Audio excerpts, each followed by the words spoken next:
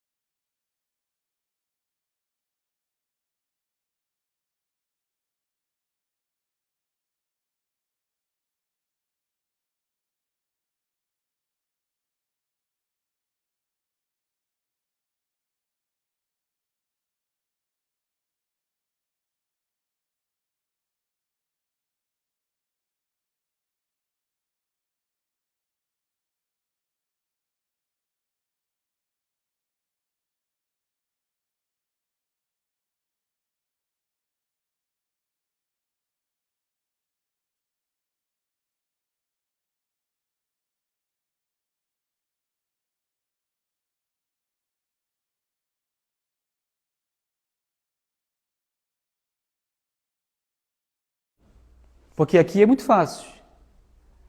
Aqui nós temos um ambiente controlado. Aqui nós somos mais respeitosos. Aqui a gente sorri. A gente tem educação. Aqui é mais fácil. Mas e lá fora? A maneira como eu estou agindo ou reagindo lá fora seria a mesma reação que eu teria se eu estivesse aqui dentro da casa espírita? Esse é o questionamento, essa é a reflexão que nós precisamos fazer enquanto indivíduos. Acredito que todos assistiram agora há pouco o jogo do Brasil e Japão. Muitos aqui talvez tenham escapado algum xingamento durante o jogo. Eu devo ter dado uns 4 ou 5. Será se o jogo estivesse passando aqui? Será que eu faria a mesma coisa? É um exemplo bobo, mas que se encaixa. Será que aqui no centro espírita eu xingaria o jogador como xinguei em casa hoje no sofá? Não faria isso. Porque aqui é um ambiente controlado. Aqui nós somos controlados, essa é a palavra. Isso aqui é um ensaio necessário. A gente ensaia aqui para conseguir atuar lá fora, atuar no sentido de vida real, né? Esse é o objetivo. Então, esse exercício prático é que a gente precisa fazer para que a nossa vida possa verdadeiramente se espelhar, ser um espelho daquilo que nós somos, aquilo que estamos tentando ser aqui dentro de uma casa espírita. Então, se isso já está acontecendo conosco, se de uma maneira ou de outra, em maior ou menor grau, se isso já está acontecendo com a gente, significa que isso aqui está afetando o meu destino. E se isso está acontecendo, o objetivo está sendo cumprido. Se lá fora, quando a coisa aperta, a gente já reflete um pouco mais, pensa um pouco mais, né? Xinga menos, explode menos. Né? Se a gente fizer uma retrospectiva do que nós éramos 5, 10, 15, 20 anos atrás e o que nós somos hoje, somos a melhor versão de nós hoje. Talvez há 5 anos atrás, a gente nem estivéssemos aqui. Teve jogo hoje, a gente podia estar num bar. Por exemplo. Não que seja errado ir para um bar, mas eu digo, escolhemos vir da casa espírita. Então são outros contextos. Talvez a maneira como a gente reage ou reagia no passado é diferente de hoje. Isso é sinal de que alguma coisa boa já está acontecendo e a nossa vida está sendo afetada e modificada por tudo isso aqui. Porque se não está mudando o meu destino, alguma coisa tem errado. Está errado. Se isso aqui não mudar o meu destino, devagarinho que seja, alguma coisa está errada. E geralmente não é na proposta. Geralmente é naquele que busca. Ou não se abriu ainda. Ou não entendeu ainda. Mas o Espiritismo é muito claro, é muito simples. Qualquer pessoa, com qualquer nível de conhecimento, tem condição plena de entender a proposta. Porque ele é simples. Então, como que nós somos fora da casa espírita? Esse é o ponto. Será que nós somos, de fato, os mesmos? Será que existe uma diferença entre nós? Uma diferença entre o espírita do centro espírita e o espírito que vive no mundo? Todos nós temos os nossos pontos e cada um reflete. E essa reflexão é importante. O problema não é errar ou pisar fora da linha. O problema é continuar fazendo. O que o Espiritismo faz com a gente é uma chamada de atenção, de consciência. Todos nós aqui, salvo alguma exceção aqui, mas todos nós cometemos os nossos erros, os nossos vacilos, os nossos deslizes. Não somos perfeitos, evidentemente. Mas o grande objetivo da doutrina espírita não é transformar os seus adeptos em criaturas perfeitas da noite para o dia. O objetivo é justamente ajudar a acusar na nossa consciência que a vida não faz sentido desse jeito. É mostrar pra gente que não importa o que eu fui no passado, a partir de hoje, no meu melhor momento, que é hoje, eu posso fazer um novo futuro. Eu posso construir o meu destino. É fazer com que a gente enxergue a vida com esse viés e, portanto, a partir de agora, independentemente do tempo, do ano, da vida, da idade, do contexto, nós temos hoje a oportunidade de redirecionar a nossa vida para o sentido correto. E isso muda tudo, porque a vida é imortal, a vida nunca vai cessar. A nossa vida, nós somos criaturas que nunca vamos morrer, do ponto de vista espiritual. Então, quando isso, de fato, domina o nosso sentimento, mas sobretudo, quando vira essa chave aqui dentro, na nossa razão, não tem mais como a gente deixar de ver a vida sob essa perspectiva, então a gente começa a passar pelas dificuldades, pelas tormentas, um pouco diferente, mais leve. A coisa começa a ter uma envergadura melhor. Né? Então, como que nós estamos agindo? Né? No trabalho, em casa, na sociedade, no trânsito. Esse é o ponto. Nas redes sociais,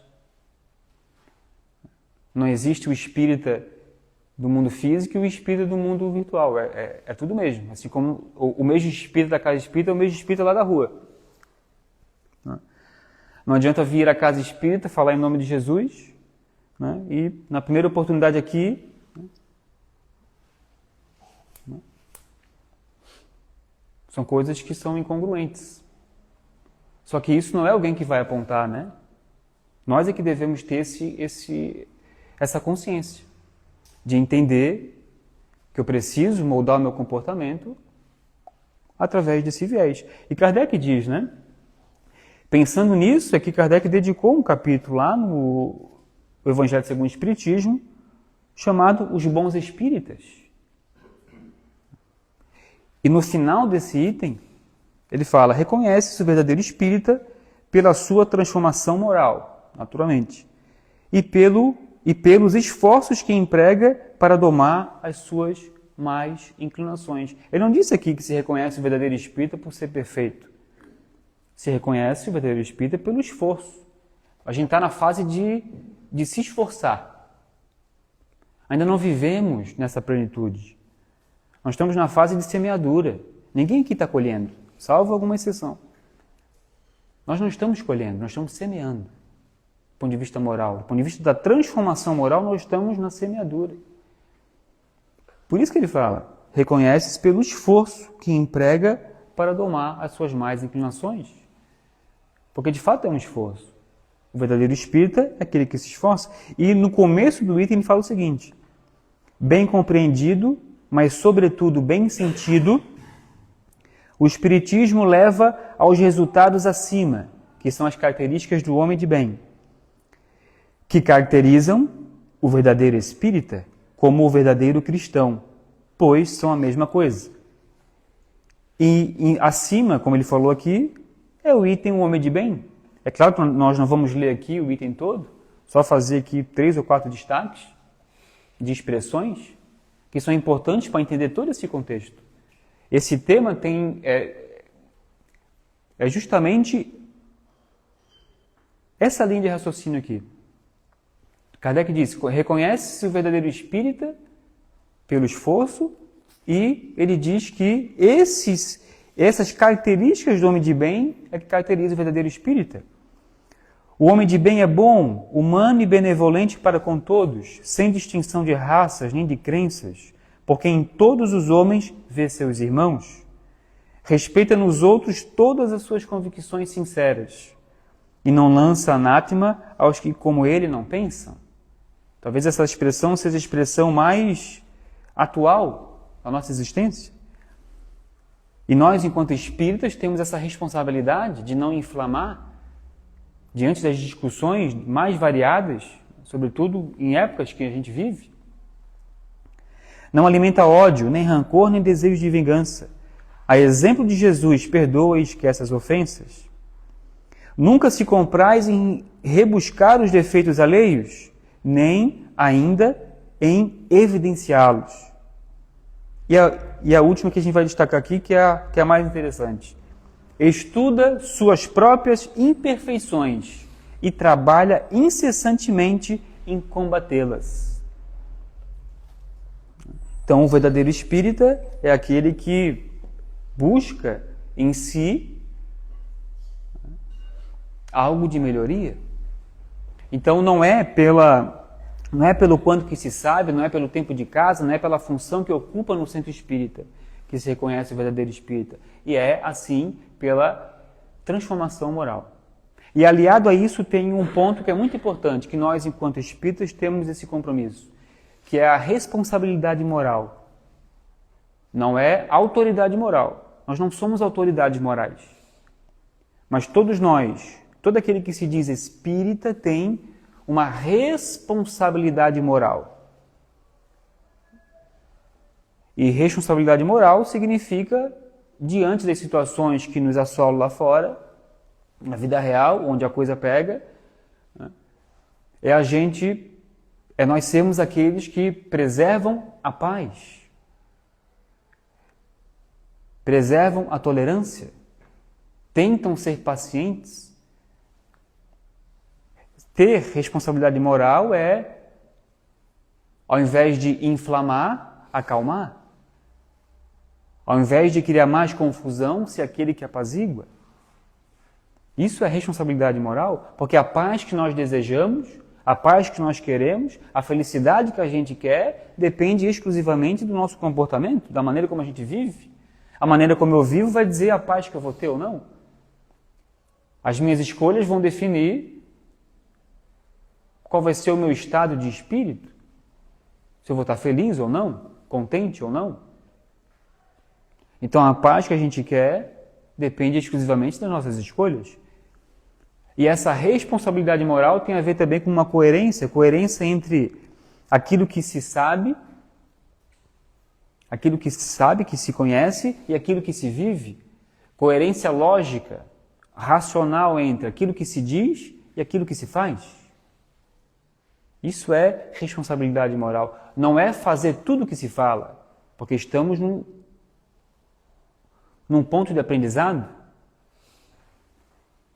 É evidentemente que a gente não faz tudo o que está escrito aqui, né, no Evangelho ou em todas as obras paralelas. Isso é óbvio, né? Mas, voltando para Kardec, é o esforço que a gente faz. Então, coerência lógica, racional, entre o que a gente diz e o que a gente está fazendo na vida real. Essa é a nossa responsabilidade. O mundo só vai se transformar quando a gente, de fato, assumir esse compromisso. Então, nós temos uma parcela de responsabilidade perante a paz no mundo. Não é uma pessoa, não é um líder, não é um governante. Se o mundo dependesse de uma única pessoa para viver em paz, nós já viveríamos em paz há mais de 2026 anos atrás. Porque o maior de todos é que esteve em carne. Jesus, o maior fomentador da paz, aqui esteve, ensinando a gente a viver uma vida que faz sentido ser vivida, mostrando para a gente o caminho real, fazendo a gente refletir sobre o nosso comportamento, a nossa postura, e dizendo que mesmo diante das dificuldades é possível viver bem, é possível viver em paz. Se dependesse de uma única pessoa, nós já viveríamos assim. Então depende de nós, é do contexto. Quantos que Jesus curou e voltaram a ter os mesmos problemas? Porque não depende só dele, depende do indivíduo. Quantos que ele sequer curou? Porque ainda não era o momento, a pessoa ainda não estava madura, vamos dizer assim, para receber aquele benefício. Então, quando a gente olha a vida sob esse panorama, a gente começa a entender o nosso papel e a nossa responsabilidade, né? Mas saber não é viver, né? A gente estuda, a gente conhece, a gente busca o conhecimento, mas isso não garante efetivamente a transformação, porque a transformação, a evolução, ela é prática, ela não é teórica. A teoria, esse momento aqui, os estudos individuais ou coletivos, nos dão a bagagem intelectual, o conhecimento teórico para, quando a coisa acontece, a consciência acusa. Aí que vem o exercício prático. Mas evolução a evolução não se faz apenas com informação, a evolução é tomada de decisão. A cada escolha que a gente faz, nós estamos evoluindo um pouco. Ou ficando parado, estacionário. Evolução é tomada de decisão, e isso acontece nas pequenas coisas, no dia a dia. Então, ser espírita é refletir sobre aquilo que eu estou escolhendo para a minha vida. Em cada decisão, seja qual for, em cada momento, em cada circunstância. Vir à casa espírita ou ir para não sei onde. Tomar esse copo aqui de algo que eu não posso mais ou tomar um copo de água. Continuar usando tal substância ou seguir a recomendação médica. Voltar a fazer um exercício físico para manter minha saúde ou continuar no sedentarismo e fazendo meu corpo sofrer. São escolhas pequenas. Voltar a estudar para fazer algo que eu sempre sonhei ou continuar na dúvida. São escolhas. E isso nós fazemos, não é ninguém que faz por nós. Porque a evolução não pode ser terceirizada. A evolução é individual. A evolução exige da gente proatividade, ação. Ficar parado, a gente está estacionado. Agir, buscar, bater na porta, seguir em frente, faz com que a gente possa evoluir. Então, é nas pequenas coisas, na forma como nós respondemos alguém, a forma como a gente age ou reage quando somos contrariados. Será que, ao ser contrariado, a minha reação é a mesma dentro da casa espírita e no trabalho? No trabalho até que às vezes a gente dá uma segurada, né? Mas será que é a mesma reação dentro da casa espírita e no meu lar, na minha casa, onde nós estamos com as pessoas que nós temos mais intimidade?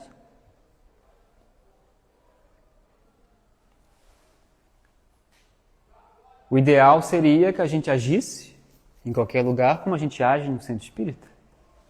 Com tolerância, com paciência.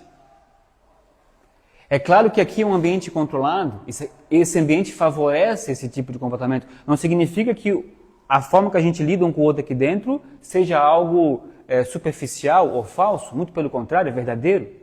Mas aqui é um treinamento. E é um ambiente preparado para isso. Quando a gente vai lá para a vida real, a coisa começa a ficar um pouco mais complexa. Mas quanto mais a gente treina aqui, mais a gente consegue executar lá. Então, são essas pequenas coisas que fazem a gente refletir, né? Na forma como a gente age, reage, a forma como a gente fala das pessoas que não estão presentes,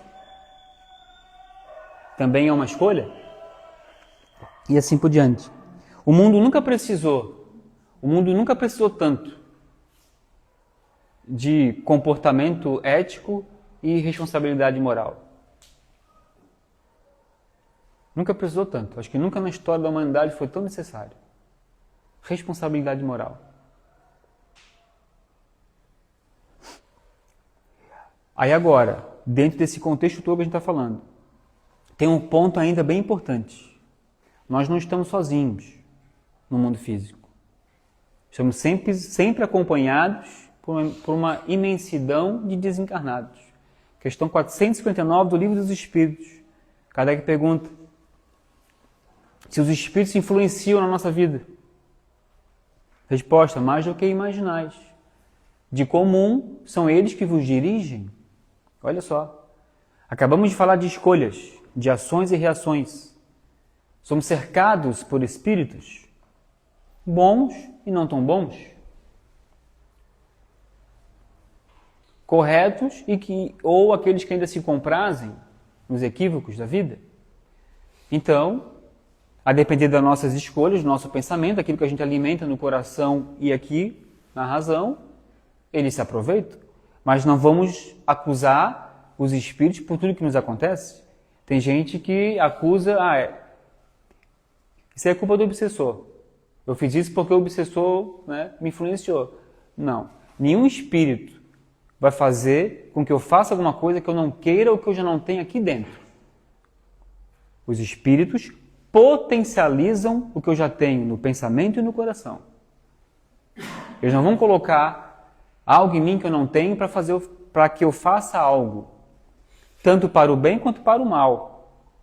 Se eu alimento os sentimentos de bondade, de bem, de amor, isso vai ser potencializado por aqueles que sintonizam com esse sentimento.